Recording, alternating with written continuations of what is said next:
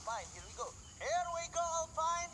Menarik sekali, pesawat sangat mengakomodir untuk orang-orang riuh ramai rusuh di area base camp. Dan ini anti klimaks buat gue karena Snowfall nggak mau dikontes sama orang-orang. Tapi Torat gue yakin punya nyali tersebut. Tapi kayaknya Torat lebih menjanjikan untuk perang di Militia. Mengingat track record Torat ini juga punya permainan yang cukup versatile. Dia tahu kalau misalkan ada potensi perangnya lebih ke Snowfall, dia ke Snowfall. Tapi kalau bisa nge-retake Militia duluan sambil secure Arsenal, mending ngambil Militianya duluan dia biasanya. Ya, ditambah juga Torat bukan tipikal tim yang berani untuk ke Snowfall kalau misalkan nggak ada peperangan di sana gitu kan. Benar. Dan ditambah track record mereka sebenarnya jelek melawan Buriram United bagian Snowfall. Betul. Dan Illustrious Juegos sekarang dia tahu betul gaya main anak-anak dari MCPS juga satu sama lain itu sering banget ke dekat-dekat River Mode dan di area Forest Red ini nih. Nah ini di pertigaan kematian ini menurut gua emang tempat yang bakal sering dijajahi sama siapapun. Entah itu yang mau ke Bluefield, entah itu yang mau ke Fusion, itu pasti bakal melalui tempat ini. Dan ini udah di-notice. Terus kayak gue suka banget ngelihat gimana Illustrious Juegos juga bersinergi untuk hal tersebut. Walaupun emang terlalu berisiko, makanya langsung diambil kesempatannya sama V-Gaming. V-Gaming sekarang mungkin kelihatan bisa eksekusi. Karena itu hal yang emang udah pasti harus didapatkan sama V-Gaming. Ya, dan V-Gaming sebenarnya emang mereka tuh cocok banget untuk memiliki playstyle seperti ini. Mereka nggak bisa terlalu cepat, mereka nggak bisa jadi tim yang fight duluan. Ya. Justru mereka harus jadi orang ketiga yang coba menyelesaikan fight antara kedua tim gitu. Dan kalau mereka setidaknya berupaya untuk fight di early game duluan, justru bakal rugi buat mereka. Karena tipikal mereka ini adalah tipikal yang cepat banget untuk melakukan regrouping dan juga penyebaran. Kalau mereka pakai hal tersebut untuk jadi orang ketiga, itu bakal blessing banget buat mereka justru. Betul. Dan ini juga sebenarnya kan memang salah satu map power mereka. Kalau kita ngomongin Alpine, dia biasanya nyisirin dari sekitaran bahkan Bluefield Fusion sampai ke arah River Mount gitu. Tapi ternyata kita harus disajikan ke peperangan yang berbeda. Reverse Red mulai berdarah-darah, mungkin karena namanya juga ada red-rednya. Dan sekarang kelihatan sisa Seming aja dan RRQ bakal ambil aksi di sana di mana Razor dan Dude berhasil dapetin 2 player dari anak-anak Reverse Red. Tapi Pay Sports gak bakal tinggal diem juga, udah kehilangan satu orang LBT di sana. Dia harus kejar sisa player yang tadi sempat nongol depan matanya, bakal diputerin tapi di sisa darahnya yang udah sekarat banget. Razor masih bisa membeli waktu dan sekarang giliran Abai. Nice Let banget. Abai cook di sana. Terlihat Abai berhasil dapetin eksekusi yang cukup enak tentunya. Nah, tinggal balik Itu badan dia. doang. Udah jadi well execute plan banget. Salut untuk Razor karena dia tahu betul temennya agak jauh tadi. Dia respect banget pergerakan lawannya. Dia tahu dengan UMP dia nggak bakal bisa menang dengan lawan yang udah memiliki fans level 3. Karena sebelumnya udah dites, damage-nya nggak gede-gede banget. Akhirnya dia mundur ke daerah belakang, nunggu Abai dan juga Dutsnya coba ngejemput ke arah dia. Dan akhirnya seperti yang lu lihat, walaupun dia terkena knockdown, tapi backup dari teman-temannya udah pas banget di waktu karena dia udah berhasil ngedelay. Ya, jadi nggak even sempet di end sama lawannya. Ya kan, dan Pay Sports semakin menunjukkan kalau mereka semakin tidak memiliki kepercayaan diri untuk berperang, entah itu di early, entah itu di jarak dekat, entah itu di jarak jauh. Asli men, Nggak ada semakin menangnya. nggak kelihatan confidence mereka sih. Ya, kalau kita ngomongin Vietnam harus diingat ya, mungkin di beberapa nggak usah ngomongin jauh-jauh deh, dari season yang sebelumnya aja mereka early fight-nya kuat banget. Ya kan, lumayan kuat, apalagi pas Nuke sama Nero lagi disatuin itu lagi ngeri-ngerinya banget. Tapi makin kesini kayak ada sesuatu yang pudar gitu. Even mereka kadang clash-nya sama seperti yang gue bilang, nationality mereka sendiri gitu. Iya. Jadi pada akhirnya nggak coba mikirin tim lain, tapi malah mikirin tentang tim yang satu negara dengan mereka, gimana mereka bisa lebih unggul dari satu sama lain. Betul. Dan gue jujur sebagai gue yang bukan nationality Vietnam aja merasa Miris sayang banget. banget, sayang banget penurunan kapasitas mereka ini membuat malah menjadi celah untuk tim-tim lain termasuk Indonesia. Karena gue sebenarnya sangat menunggu momen di mana Indonesia bisa ngerasain Vietnam pas Vietnamnya jago. Tapi kalau pas Vietnamnya lagi gini, gue lagi nggak ngerasa bangga banget sih. Iya, apalagi kayak ya Vietnamnya aja lu lihat lagi ancur-ancuran banget, terus kalau lu dapetin mereka apa yang prestasi lu dapet juga gitu kan. Betul. Karena waktu itu tolak ukur kita kan Thailand sama Vietnam gitu ya. Iya. Sekarang nggak ada tolak ukur pasti yang benar-benar harus jadiin kiblat karena semuanya lagi Kuat sama-sama kuat, sama-sama lagi keep up. Dan sekarang kita bisa lihat gimana Illustrious Juegos juga lagi mainin momentum mereka. Nah itu dia, untung masih aware.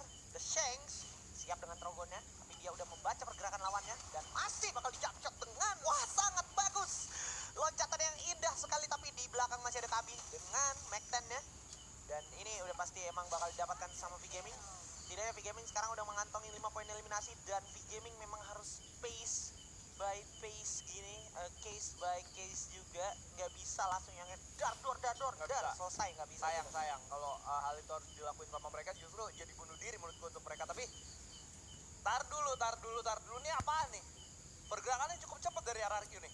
Oh iya, karena emang RRQ kan dok ya kan, dok ke base camp. Biasanya dok ke base camp dulu nih sebelum Iya. ke arah atas railroad ya Iya. kan. Tapi dia langsung nge-skip doknya, habis itu karena dia notice tadi sunset udah diambil duluan sama Onyx, makanya dia memutuskan untuk ke depan base camp juga untuk memastikan Onyxnya di mana. Apakah Onyxnya juga nungguin, dan bener aja ternyata tadi ke spot satu orang. Ya, dan ini kalau kita lihat dari RRQ-nya sendiri 5 poin eliminasi udah cukup bagus. Artinya kalau mereka bisa masuk ke top 5 aja mereka udah punya 100 poin nih. Jadi jangan sampai kepleset, sayang banget kalau kalian kepleset. Tapi V Gaming kali ini ada seorang JV Limit maksud gua yang berhasil mendapatkan 1 poin eliminasi tambahan atas seorang Guavni atau Bruin. Ya, tentunya menjadi satu hal yang sangat tidak menguntungkan untuk lawannya. Apalagi kalau kita lihat kali ini, wow, Protetai seperti biasa. Wah, emang ya selalu memberikan aksi-aksi yang ciamik kalau kita ngomongin X di arena ini. Apalagi Limit yang mukanya mirip adik Luxis tentunya, ya pasti selalu tidak diragukan lagi kekuatan dia dengan sniper ya. Dan Shanks yang mirip Cesar. Ya mirip Cesar Rizkino ya. Tapi ya expand sih, kita ngomongin expand, kita berarti ngomongin fusion sama ini Pak, Forest Red Pak. Itu udah dua hal yang nggak bisa dipungkiri. Apalagi Nggak ada Poko nih. nggak ada Pokok Star, nggak ada CGGG. Makanya fusionnya bisa dieksekusi dengan nyaman sama anak-anak dari expand. Oh wow, JV benar-benar membungkam banyak dari player-player V Gaming. Dan juga tadi kita bisa lihat dulu Lucifer Juegus sayang sekali nggak bisa make it ya. Sayang banget gak bisa make it, dan ini menjadi satu kerugian untuk mereka karena mereka sendiri udah bermain dengan cukup bagus di game awal. Dan kalau kita lihat zonanya masih cukup menguntungkan untuk, bisa gue bilang kayak Onyx dan juga Torat, karena Torat masih banyak banget opsi, Onyx juga. Tapi RRQ ya justru ngeliat gue bagian atasnya, mereka gerak ke bawah, zonanya ke atas. Dia ngejar ini bro, ngejar satu orang dari Paysport tadi.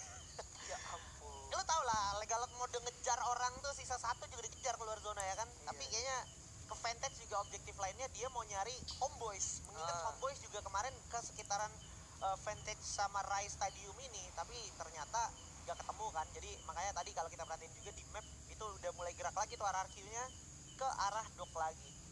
Ya, dan barusan kita lihat dari JV sendiri, mereka udah melakukan satu pergerakan Proteta yang dipercaya untuk membuka jalannya terlebih dahulu. Jujur kalau gue lagi turnamen kayak gini, gue nggak mau jadi orang paling depan yang pakai hal itu. Tapi lu lihat tadi tembakan dari seorang Limit, sakit banget terhadap seorang Cobra. Gue kira dari Proteta, ternyata Limit yang dapetin kepalanya barusan. Dari jauh dan ditabrak langsung, dilabrak begitu saja sama Cogar. Kerjasama yang bagus, Proteta juga dengan Famasnya sangat ciamik. Sisa satu orang tuh face di sana. Dan Proteta udah ada di depan mata sana, menjadi distraksi pakai Portal Go. Dan ditunggu exit lane-nya. Ya ampun, nyaris aja gak kebaca pergerakannya karena tadi kegeser sedikit dari view-nya. Dan sekarang giliran Cogar akan mengeksekusi habis tuh fast, dan gak bakal dibiarkan udah di depan mata vending machine-nya Bung Skyla. Waduh, Expand. Kamu kalau capek udahan aja nggak sih Expand? Wah. Iya. Karena sisa satu lagi ini aja. Dan kalau kita lihat di bawahnya Cobra tuh, di bawahnya DXL udah nggak ada tuh. Sisa tengkorak semua.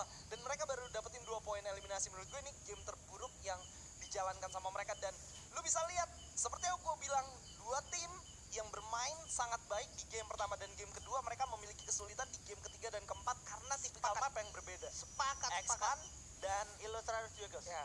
Wah, MCPS berarti PR-nya ya. Ini makanya gue bilang kalau di map luas. kayak gini gue rasa Crime sih boleh buat diturunin sih. Ya betul, karena memang pengalaman Crime juga boleh dikatakan di Indonesia aja itu dia datang pas map ini mulai diterapin juga gitu ya kan. Jadi udah mulai banyak juga kesempatan Crime. Belum lagi kita nggak bisa pungkiri grindingnya Crime Luar di biasa. Indonesia luar biasa gitu ya kan. FT-nya juga nggak pernah berhenti gitu ya kan. Dan Error somehow tadi berhasil dapetin pick off menuju ke arah Nero. Dan harus diingat, Crime itu ketika adanya Abai, Crime ini kan nggak kelihatan. Dan Bener. somehow ketika Abainya cabut dari RRQ tim 2-nya waktu itu, kayak Crime pengen nunjukin kalau yaudah kalau nggak ada Abai juga kita bisa sebenarnya lagi. Gitu Betul, loh. betul. Pokoknya 4 bocil itu waktu itu sebenarnya lagi semuanya sama rata, tapi sama ada yang lebih nonjol dikit itu adalah Abai. Betul. Semuanya jago, Fin X-nya jago. Jago. Si siapa Fatan itu satu lagi tuh yang Shiro. Shiro jago, ya kan, si Crime juga jago.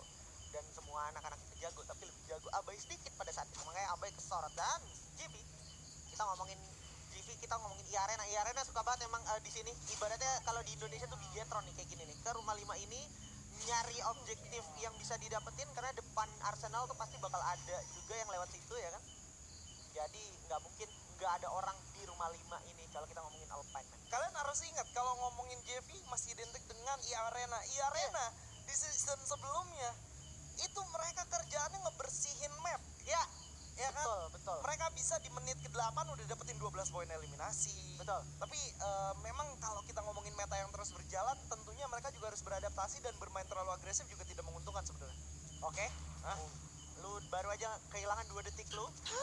Bruin langsung dipanis balik Kevin sama De Bruyne. Protetai. Tapi kita lihat apakah Buriram United melawan Tackle Round bakal menjadi perang yang akan pecah di tengah Sunside, karena bakal banyak pihak yang sebenarnya diuntungkan, salah satunya bahkan dari JV dan juga dari Torat mungkin, atau bahkan RRQ yang bisa intervensi. Dan di belakang sana waktu juga udah memaksa dari JV untuk bertemu saat lagi sama RRQ harusnya, tapi Buriram masih membaca-baca dengan pasti di mana sisa lawannya, dan udah ada sebuah inisiasi lemparan-lemparan frag dari arah Tackle Round. Tapi Buriram dia masih mau milih kemana. Nah nih ke genteng ternyata ke bawah dulu bakal coba diambil. Di atas sana udah ada satu orang, yaitu Kapten Darkol bersama dengan North, dan tiba-tiba ada 3 orang dan bakal langsung disatronin, bakal coba langsung diras begitu saja sama anak-anak dari Buriram United, bakal coba turunin. Ternyata ada satu dari jauh, David di sana kerja sama North, bagus banget. Dan sekarang ini bakal jadi perang yang lumayan membabi buta di mana-mana. Big Gaming udah tumbang di tangan JV, dan RRQ mungkin bakal menjadi kontender selanjutnya. Tapi lu lihat Legalot masih sakit banget aimnya menuju ke arah JV limit, dan sekarang Kogar pun menjadi korban. Ada Hoisang yang manfaatin momentum ini. Dari momentumnya RRQ, Protetai cukup sekarat, setengah darahnya udah hilang. Hoisang juga demikian. David pun berhasil dapetin Zuna CR7 di sana, dan RRQ sekarang riding the wave. Yes, RRQ bakal coba untuk masuk menjadi orang ketiga. Triple A sudah kehilangan 2 playernya. RRQ dengan 10 poin eliminasi bakal coba untuk masuk, dipimpin oleh seorang Razer dan juga Abe di bagian depan. Dan kali ini menyisakan satu player dari Triple A dan berhasil ditumbangkan. 11 poin eliminasi berhasil didapatkan, tapi masih belum berhenti sampai di sana, karena wave selanjutnya Indonesia akan bertemu Indonesia. RRQ akan berhadapan dengan Torat kali ini. Aduh, Torat tadi udah bisa rontokin Buriram. Sekarang RRQ juga tadi barusan rontokin atau kalau round. Sekarang giliran mereka beradu mekanik di top 4. Terlihat lemparan frag grenade datang dari arah Dudes, harusnya dari depan mata, tapi digocek dulu sama North. Coba fokus ke arah sebelah kiri, mau nge-stack ke sebelah kiri, dicari masih saya, tapi North tiba-tiba keculik sama Abai di sana, langsung di-pick begitu saja, langsung dikurung ala Clash Squad tentunya. Dan satu orang lagi, Razor, 2 orang ternyata looking for more, and that's it, that's how RRQ finish game ini untuk Torat dibekukan begitu saja tanpa balas. Ya, dan lagi-lagi dipimpin oleh seorang Kapten Gare.